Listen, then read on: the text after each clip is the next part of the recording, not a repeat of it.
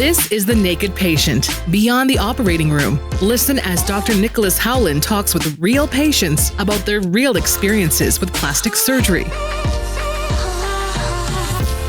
All right, welcome to the Naked Patient Podcast. I'm Dr. Nicholas Howland. Today is a special day. One of my best friends, Eric Ney. Hi, what's up? Welcome, sir. Yeah, good to see you. Dude, I'm glad you're on, man. This was not my normal podcasting day. I'm supposed to be on a honeymoon this week. Okay, well, I appreciate it. I don't know if you I'll knew be your bride any day. Yeah. So what do you do when you're supposed to be on a honeymoon and you're not? You just set up some podcasting times. Love it. So I wanted to bring Eric on here because Eric has been a patient of mine, and kind of early in our friendship, like we had met a little bit before that, but that experience, I think, brought us a little bit closer.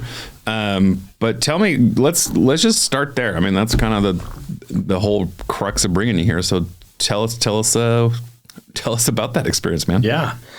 Well, about a year and a half ago, I was involved in a really serious snowmobile accident. Unexpected, crazy stories. You were at our house for a dinner party 2 nights before this accident, but I was up for a client event around the Utah-Idaho border, north of Logan, and snowmobiling with a big group of people.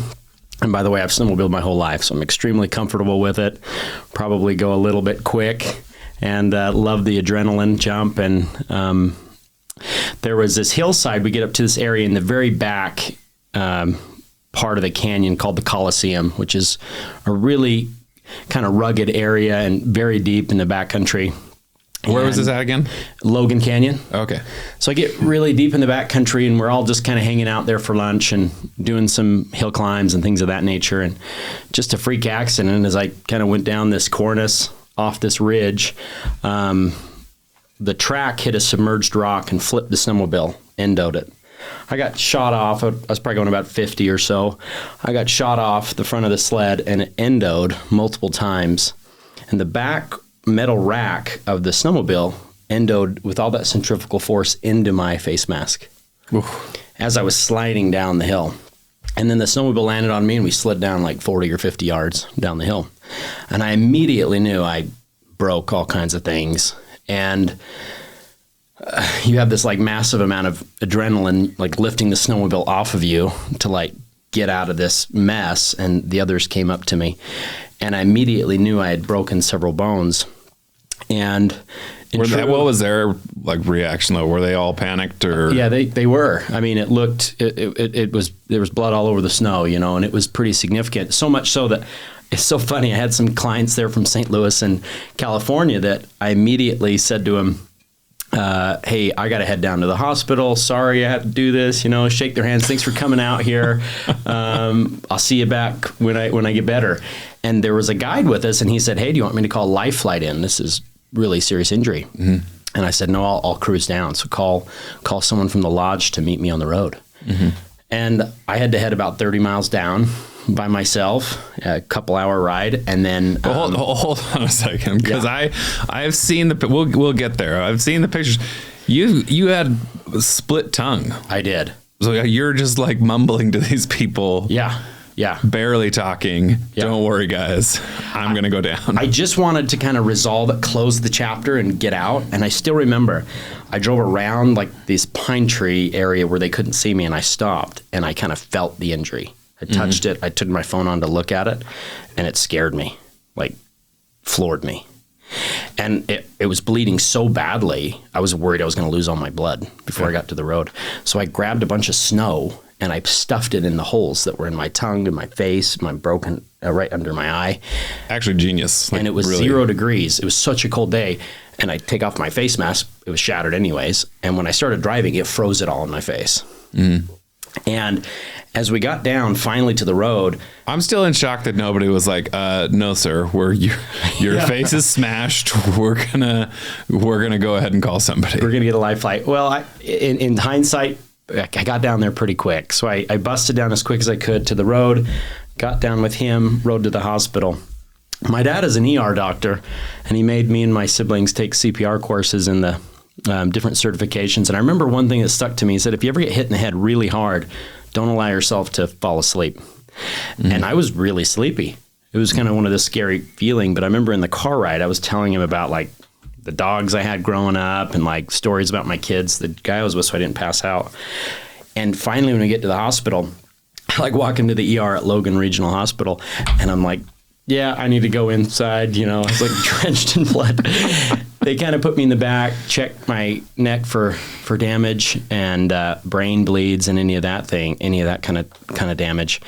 And finally gave me some morphine. And I remember the doc came in and he's like, you're running on like a half tank of blood. I don't know how you're still awake. It was lots of oxygenation in my blood, and finally said, you can rest now. Yeah. And what ended up happening is, is I had 45 or 46 stitches and 20. Did they give you blood transfusion? Yes. I had told them I was O negative, and they had to bring a bag out and start pumping me. I didn't know that part. Yeah. And I told them I was, I had 46 stitches and 26 broken bones, and Nick helped put them all back together. But I remember at that time, I had a different kind of pathway there as I went to sleep. My wife was called when we got to the bottom of the canyon, not by me, but by the gentleman I was with. And he said, your husband's been involved in a serious accident. He's going to the ER, going to have surgery. And so her immediate reaction was to call you. Mm-hmm. And you were in Disneyland or something like that. Yeah, I think we were in California. I had seen an Instagram post. I think I got the call from Casey first. Or maybe it was even later. I don't know the timeline. But I remember my first recollection of the accident was seeing an Instagram post of our other friends, of Jimmy Rex and Mike Elisa, coming to Logan to visit you. Yeah. And I remember, and they put up that post that our buddy Eric was in an accident. Just we're coming up to see him, and I think I reached out and was like, "Oh my gosh, dude, what do we got to do?" But then when I heard from Casey, that was around the time they were getting ready to do your surgery. So for me, I felt. One, I was like, crap, I need to be there, and I can't be there. I'm out of the state, and I won't get there in time. And so my second reaction is, okay, tell me what you know, Casey, and who's taking care of him, what hospital is he at, what OR, and then I made a couple of text messages and phone calls and made sure that the right person at least came in and checked on you. Appreciate you doing that, because those settings are just, you kind of just are in survival mode, but when you get a chance to kind of think about it, it's a lot of fear that comes over you. And I think it was like 27 or 28 broken bones, and I had big lacerations. The entire bridge of my nose was hit with such force. I had a steel gauged helmet for highway grade, shattered it. So even the doc said that surprised I was alive after seeing my helmet kind of mangled. And so grateful that obviously I didn't have any neck or back breaks. I had bruised ribs and bruised back, and really sore jaw, some damage to my teeth, shattered some. And then, but in the end, I remember we had this surgery in Logan, and I woke up and I was so relieved that my wife was right there. And it's such a surreal moment to kind of be in that setting and kind of know you're going to be okay and we're going to work through some things. And when I went home, you're puffy and you got kind of black eyes and you're kind of scared from the traumatic injury itself, that once you really sit down, which I wanted to kind of speak about at this podcast, was that your face is your identity. Uh-huh. And, I was really tough, and I always kind of have been. I'm like, oh, I'll be all right. We'll figure this out. But when kind of everyone walks out of the room and it's just you, you're kind of like, am I ever going to look the same? Am I going to feel the same? Am I going to, for work, I do business development, meet with people. Am I going to be recognized? My kid's going to look different? Am I going to have scars that's what people are going to know me by now? Mm-hmm. And then lastly, what am I going to see when I look at myself? And so I remember you and I had talked a couple of times, but I came in a week after the injury. You wanted me to come 1 week after to let the swelling go down and check it out. And I think my bridge on my nose was like flat. I think I had he had tried to repair it, this ear, nose, and throat surgeon. He did a good job. My tongue was, I had 21 stitches just in my tongue to kind of keep it together. And crazy story is, I think by a millimeter or something like that, it almost cut off my artery in there that would have kind of killed my tongue. Well, you probably would have bled to death had you gotten, or you'd bled even more than you had. Unbelievable. So here's the interesting thing about facial trauma and trauma in general, right? So if you get taken to a big trauma center, a trauma hospital, you're kind of at the mercy of whoever is the on-call surgeon for facial trauma. And that's not always, the training is not, it crosses multiple specialties. So plastic surgeons are trained in facial trauma and can take facial trauma call. Ear, nose, and throat docs are trained in facial trauma and take it. And oral surgeons are trained. And so you have these three very different specialties who will see those types of injuries if they're on call. And it could be somebody who's had years of experience doing it. It could be somebody who's just fresh out of residency and they're just getting their feet wet, trying to make some money, and they're taking some call. And you don't get to pick. Like you can't walk into a trauma center and be like, hey, call this guy, I want him. Right. It's emergency. Yeah. It doesn't work that way unless you freaking know somebody. And so, and with this, the ENT guy who took care of you did do a fabulous job of taking care of the emergent stuff, right? Bleeding stopped, tongue laceration closed, your nasal bones were just a mess. And so he did the best he could to kind of push those around where they were. I think even if I had seen you that first surgery, we probably still would have been coming back to move things around. And so, yeah, there were a lot of things that were played very well in your favor that you were very lucky on. And so anyway, so I saw you a week later, and face was the emergent stuff was repaired, and I said, okay, there's some stuff we're gonna still fix here. Well, to lighten it down a little bit, because we're friends, I showed him a picture of Brad Pitt and my wife's man crush, who's on Sons of Anarchy, and was like, well, if I got to go under the knife, let's get an improvement. Don't take me back to where I was. Getting a little emotional just thinking about it. It was a traumatic injury. Mm-hmm. And I know this isn't a rah-rah to you, but I appreciate you giving me that calm, comforting blanket to know that my friend, not only a gifted surgeon, but my friend was able to take care of me, because it was a scary situation. And, a year and a half later, man, I don't even recognize it. I got a few small scars. I haven't touched a snowmobile since, and I go 50% as fast as I ever did on a motorcycle and a mountain bike. But I just am grateful that I had someone I really trusted in that setting when you go in under anesthesia and you're under the knife, to take care of you, not only from the perspective of the aesthetic. I was worried about breathing, in a way through my nose, or how I sleep. Such a crazy experience, but I'm grateful, so grateful and blessed how it all turned out. Well, that experience and some other experiences that I've had on this, especially through this podcast, I don't think I've really realized the importance that like a little bit of confidence or a single like sentence can have on somebody's life. And that's not a power that I just like wield. Everybody has that ability to make such an impact in other people's lives. Absolutely. And so I think for me at least, it's been very humbling to realize that in those moments, just being there for somebody can actually like change their life. Absolutely.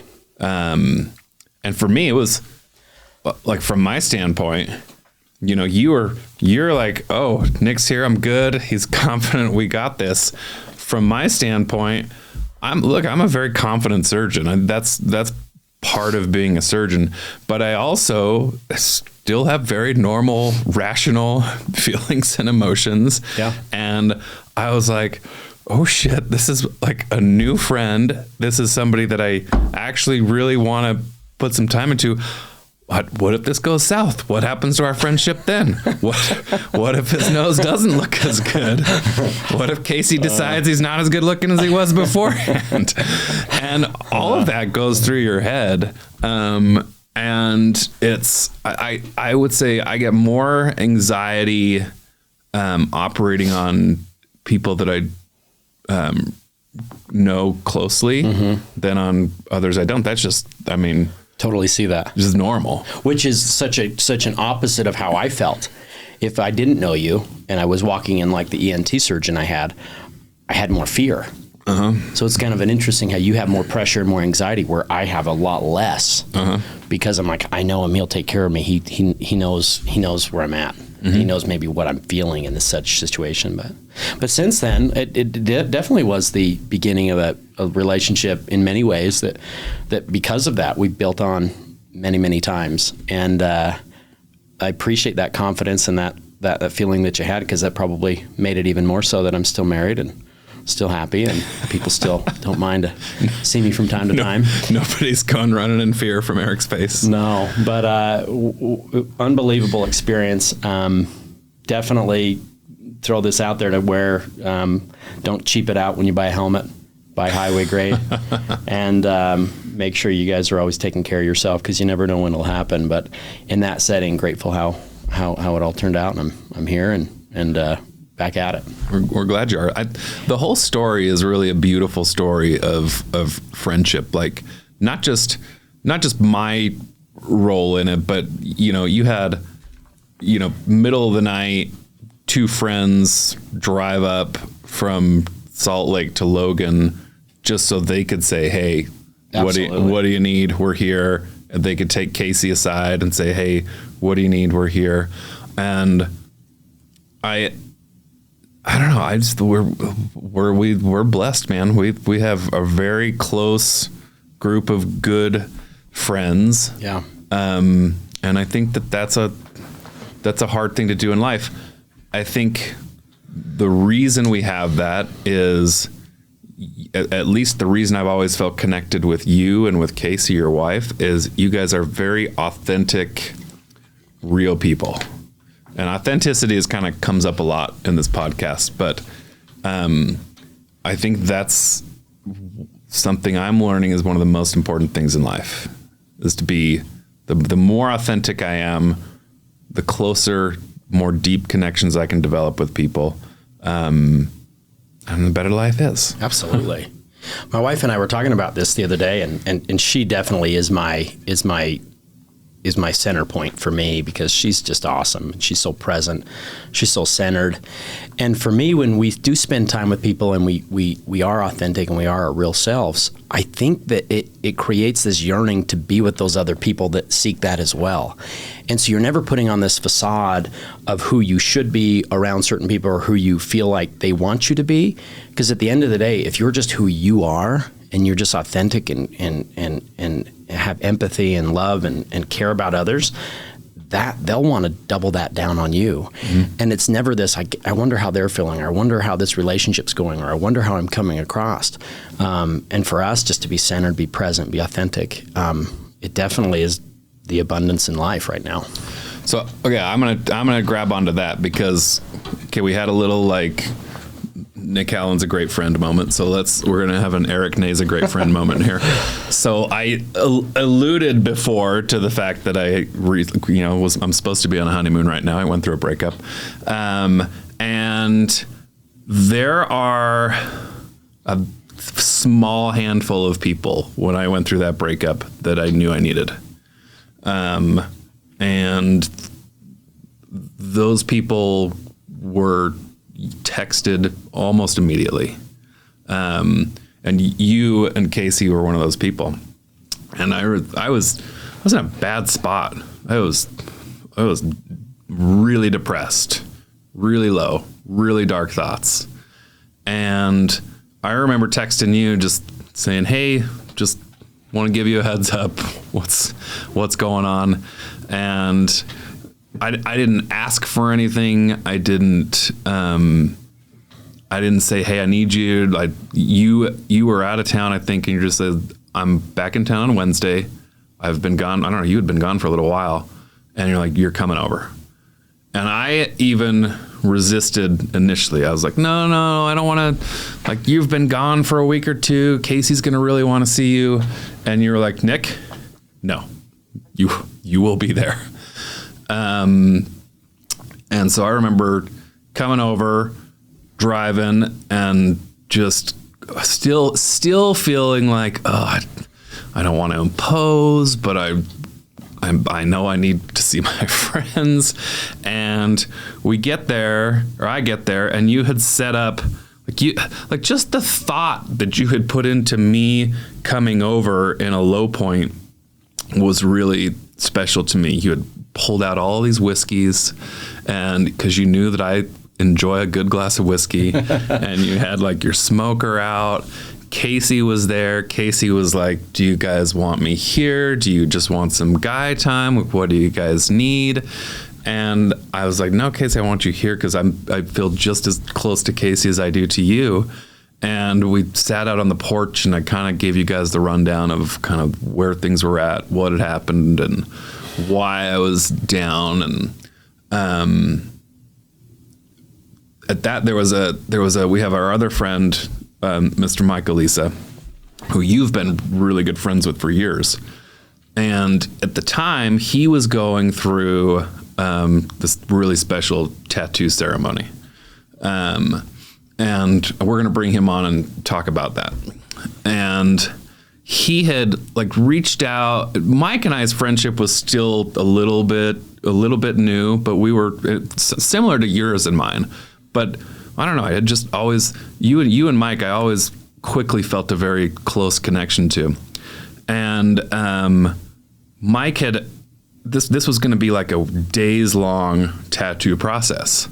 And he had reached out to me beforehand because they needed some antibiotics to do this tattoo. Because this is like an ancient Samoan tattoo that they do, and they use like turtle shell, and they're tapping this ink in over hours and hours and days, and they can't take pain medication, but antibiotics are a good thing because a lot of these get infected. So I had written the antibiotics, and he had said, hey man, like if you get a chance, you should come and see it. I was like, oh my gosh, that would be really cool. And then I heard nothing, right? And this is, I think, what we do a lot of times in life when people reach out to us or say something or invite us, we start to second guess like the importance of that relationship, or we don't put our own effort forward. Right. So I hadn't heard back from Mike again about this tattoo thing, and I knew he was doing it, and he was a couple days into it. I'm like, Mike doesn't want me there. And so we're at this whiskey sipping thing, we're talking about me, and something comes up about Mike and his tattoo, and you're like, have you gone and seen him yet? I was like, oh no, he didn't hear from me. And you were like, Nick, we're going right now. You need to see it. He invited you. He wants you there. Yep. And I was like, I don't know. I think I resisted it for a little bit. I remember this. Yeah. And you were like, nope. And Casey was like, you have to go.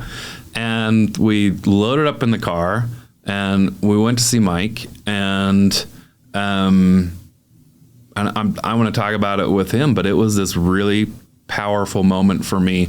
This tattoo thing's like a ceremony, right? Mm-hmm. And you have to wear a lava going into this ceremony, into the space. And I remember coming down into that space with you, and Mike at the time was kind of turned away, and they're working on him, and he's just in agony. Yeah, total pain. And he looks over and he sees us, and just like tears run down his face, big smile on his face, and he just happy that his buds are there. Yeah. And I don't know, it almost ties beautifully into that snowmobile thing, just having your friends show up for you. Yeah. And if you second guess your role in your friends' lives, or if you're like, I'm not going to reach out, you miss those. Yeah, and you're robbing yourself and them from those relationships. Mm-hmm. Absolutely. I remember that as well. And we walked in and we held his hand as he was going through that. And so deep, so meaningful, those relationships. And it definitely feels that canteen deeper, because it's one thing to be there with a group and to be present when you run into people. There are those friends that you see kind of anecdotally through large social groups, but then there's the ones that you really invest in and get to know and are there for you when you need them, like you're mentioning. And man, what a difference maker that is in our lives, and so meaningful. Yeah, thanks for being there for me. Yeah, absolutely. Just that moment is one of the most powerful moments in my life. Changed my life. I tell that story all the time, and just again to really solidify the friendship thing. We had a conversation once. It was post your surgery, but pre this breakup tattoo thing. And you were like, hey, Casey and I talked about it. We really want to invest time in this relationship. What do we got? What do we got to do? And I was like, nothing, man. You're doing it. Like you and I are very busy people. We are not going to have time to hang out 2-3 times a week. Right. We barely have time to hang out once a week. Right. And so I think the idea that to have a deep connection with somebody, you have to be seeing that person or doing something with that person on a very regular basis is completely wrong. I see you probably on average once a month.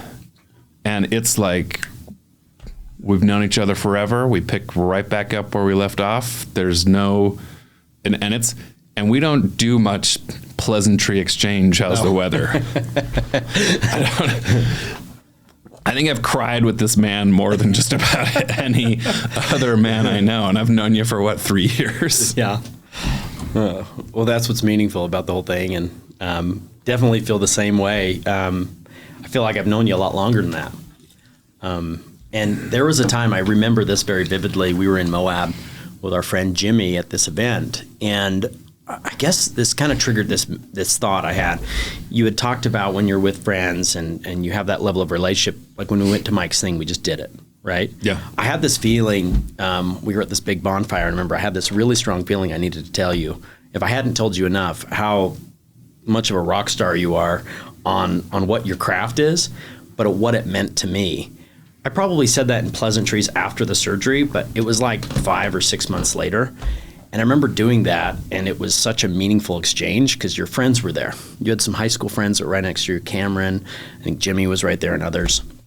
And to have that conversation in front of them and kind of celebrate that as a group, it's so fun to do with your friends. And I don't know I think gals feel the same way, but for guys, to be in that close brotherhood and to celebrate that together and have a moment where you didn't bring it up, but others are celebrating you, is such a powerful thing because they are partaking in your success as well. They are cheering for you quietly behind the scenes. And oftentimes we don't get that. My son the other day, we were watching this Daniel Tiger episode about friends.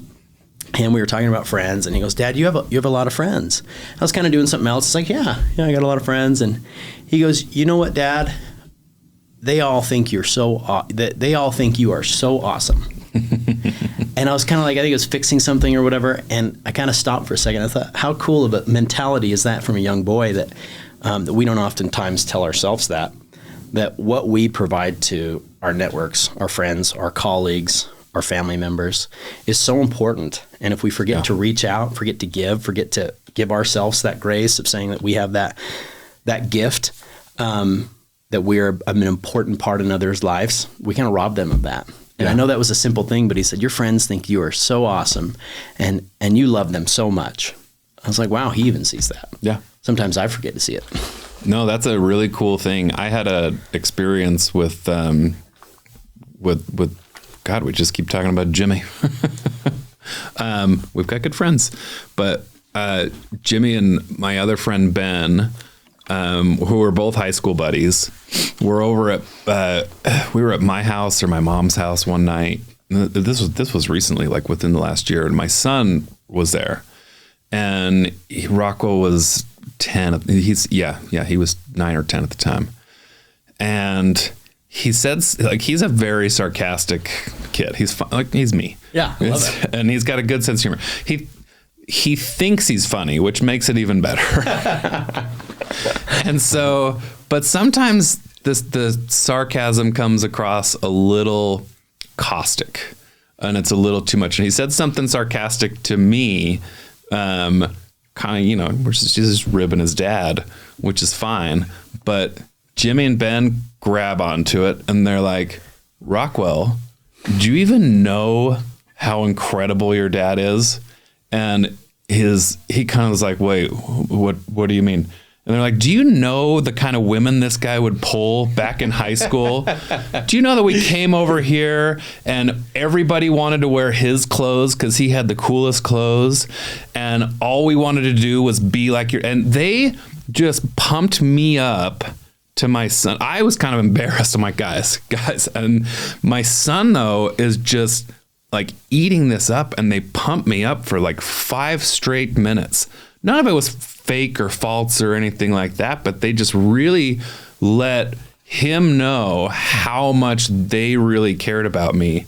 And he walked away from that moment kind of like, oh. And even later was like, Dad, your friends really like you. And I've tried to do that with some of my other friends' kids now. And it's a really cool thing to be able to look at your friends' children and then tell them, hey, you need to know how lucky you are. Oh, that's awesome. I like that. Yeah. Love that. We'll back off the friendship train here for a second.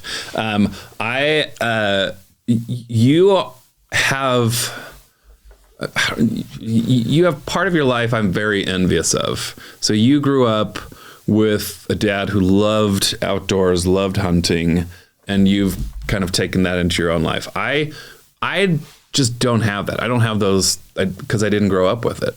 My dad, his idea of roughing it was a 4-star hotel, which was not bad, but I just never got those skills, and I think it's because he never got them either. So, talk to me about some of the like hunting you've had. There's a story in Alaska that I'd love for you to share. Great. That you had with your dad, but just talk to me about kind of growing up, learning that, how that kind of impacted your life. Absolutely. I grew up in small town Gunnison, Utah, which is about a couple hours south of here, and south part of Sanpete County. My dad was an ER doc in town, and was busy all the time. I mean, I swear he worked 70 or 80 hours a week. But when we went hunting as a family, it was completely turned off. He was all in, and he was so present. And it was something his dad taught, and his dad, and so on and so forth. And it's something I'm going to instill in my boys. But it's just this all-in event of hunting, of creating strategy, of being out in nature, being part of the whole process. And for me, it's part of my identity now. I mean, I just came home last week. I was in Montana bow hunting for a week, and having that moment where your fingers are dug into the ground, you're kind of crawling up and over deadfall. You're hearing elk bugle all around you. You're being mindful of your scent, of your sound, of your breathing, controlling who you are. All for that opportunity of one perfect shot. It is only 1% about the kill, which is what everyone who doesn't hunt think it's about. It's the 99%, which is the preparation, the family time, you and nature. And I think what you're referring to in Alaska, my brother and dad, we went up to the Arctic Circle, northwestern Alaska, in a bush plane last year. A plane dropped us off, threw all of our gear out, and said, I'll see you in a week, took off. Yeah. And we hunted caribou. We had a wonderful time. We ate dried food, caught grayling, or ate caribou. That was kind of our deal for a week. And I remember. Well, before you tell your dad's part, I want to share from an outsider's perspective my view of this trip, because I pull up your Instagram posts from this trip all the time to show people. And I think you posted them after the trip because you didn't have service up there. Yeah, no way. Yep. And so these guys are hunting caribou up in the Arctic tundra, and he's got, as you scroll through these pictures, there's this caribou that they've shot, and they're like, we can't wait to take this meat back. And we tried some of it as we're coming back to the plane. And then the day before you guys leave, a goddamn bear eats the caribou meat. True story. Yes. True story. We, I don't know if we just landed in the bear country, like the center of all mass there, but, so around our tent at night, we had a bear alarm where if they put their nose on it, the moisture on their nose, it shocks them when they're sniffing around or they get close. And then inside of that, you have what you call a pink lady on fishing line, which is like an SOS alarm, which scares them out. 5 of the 6 nights that both alarms went off. So they were in our tent every night, sleeping with one eye open. So we had to be very mindful at all times. They ate the caribou. We hung up 30 feet in a tree. They chewed a tree down that was about 6 inches wide. We dug in garbage bags. We put some 6 feet underground in a sandbar. The next morning, it was completely excavated out by bears. And then the last caribou we left on the mountains because we were on the river. And we went back up there, and they were completely shredded and eaten as well. Oh, my gosh. And they kind of followed us. And sometimes you'd walk through the reeds, and they'd put their head up watching you, like as if they were hunting you. These are grizzlies. Grizzlies. And these were 400 or 500 pound grizzlies. These were massive, massive animals. And it was an eerie feeling, but it was all part of the experience, this wild Alaska, unbelievable experience. And we were on this ridge line, I remember, one afternoon, and it had stormed, and then the sun was kind of coming through all these clouds. And by the way, we hadn't heard an airplane or seen another human being for a week. And we're kind of just sitting on the ridgeline, and I had the opportunity to tell my dad how much I appreciate him and appreciate this love of the outdoors. And my dad just took that opportunity to tell us how much he loves us and tell us stories about my grandfather I didn't know because he died when I was 1, and then his dad. And I think hunting is so much about family connection and learning about your ancestors and learning about who you are. And, last week, I think I might have told you this story, but I hunted this big bull elk, and I saw him at about 120 yards, and I got within 40 yards crawling on my hands and knees. And I had this one shot to take, and I'll kind of leave that part out. But what had came over me at that moment was this blanket of doubt that I couldn't make the shot. It was too hard. I hadn't practiced enough. I can't get to the right thing. And this is so correlative to everything we do in life. And I took that split second that I'm in the middle of this chaos. They're screaming bulls, calling out to the females. You're right in the middle of it. I can hear them walking around me. And I kind of stop myself and say, no, you can do it. You're Eric Ney. This is who you are. This is in your blood. And I had this handful of dirt in my hand, and I just kind of squoze it. And I let it go, and I took the shot, and it was a perfect shot. And I think that there's this raw power of you being in Mother Earth, this raw power. Mm-hmm.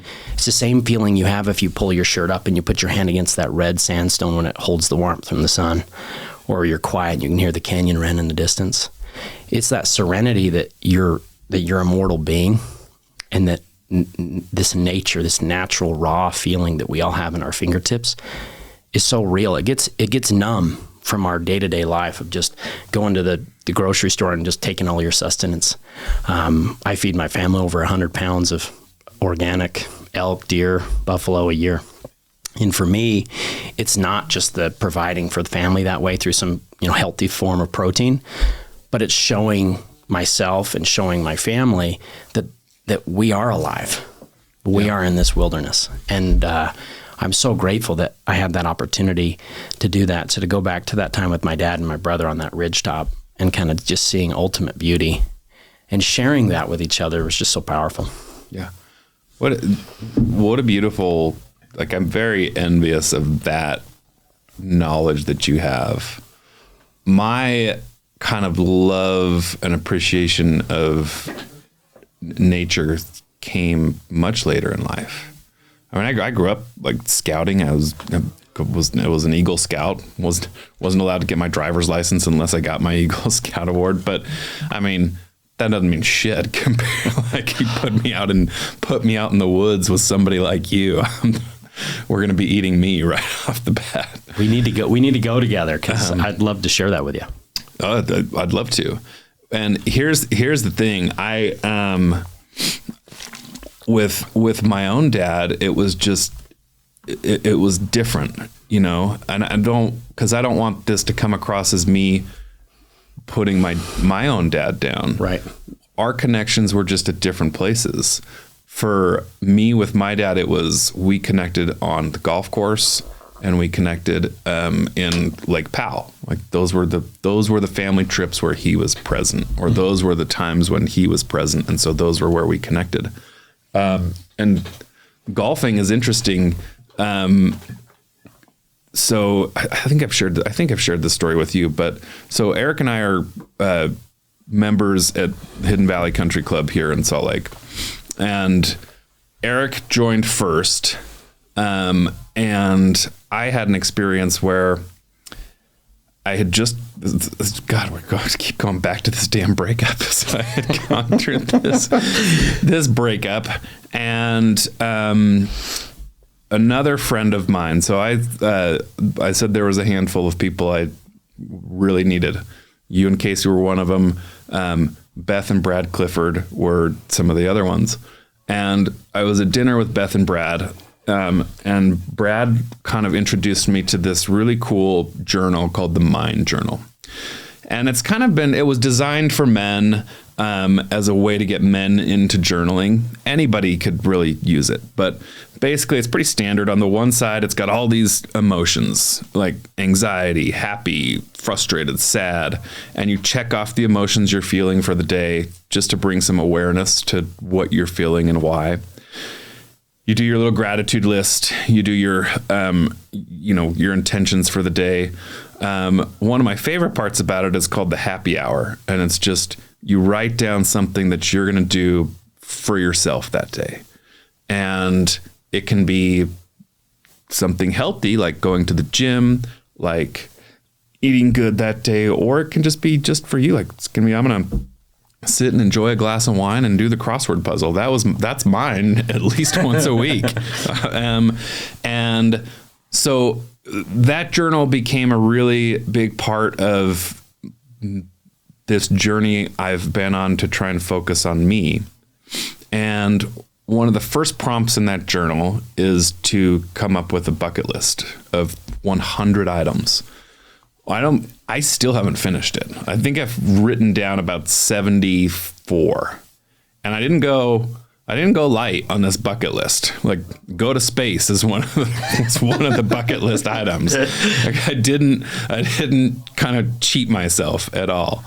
One of those items on there was to belong to, I've always wanted a golf club membership, and I've never ever pulled the trigger. And I think 2 days after writing down this journal entry, you posted pictures of you at Hidden Valley Country Club, and we had and I was like, oh my gosh, I didn't know you remember. And you're like, yep, here it is. And I just felt like it was the universe or something calling and saying, hey, you want to do your bucket list stuff? Here you go. And so I told you, I'm like, dude, I think I want to be that. I think I want to be a part of that. I'm in. Yeah. And we set it up, and you set up like a day for me to come meet the people there, tour the facility, and play some golf. And even going into that day, I didn't think I was going to join. It was a lot of money. Golf club memberships are the highest they've ever been right now. It's not a great investment, but I remember walking in, and we were going through like the restaurant area, and I saw a guy that I knew. He's one of the other members there, Scott Vincent. And he was there with his boy, and his boy is just graduated high school and just got a scholarship to play golf at a D1 school. And almost had like this vision of like me and my son, and that this was going to be a place where he and I would be able to connect. And that brought back all sorts of memories of like the golf course being a place where my own dad and I connected. And in that moment, I think I even told you, I'm like, done, I'm in. And yeah, I pulled the trigger. It's probably the worst financial decision I've ever made, but it's been so worth it. Oh, it's been awesome. Worth every penny. And those are, when I make big financial decisions like that, I always have to, like I have a friend who I always bounce big financial stuff off of, because I think he's just brilliant at that kind of stuff.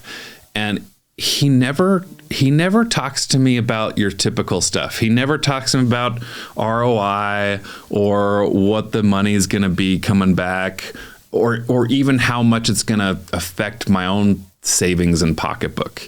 He always asks, "What's it for? Like, what do you want to get out of this?" And with the golf club membership, I told him that story, and he's like, "Yeah, no brainer. Doesn't matter what it costs. That's something you got to do."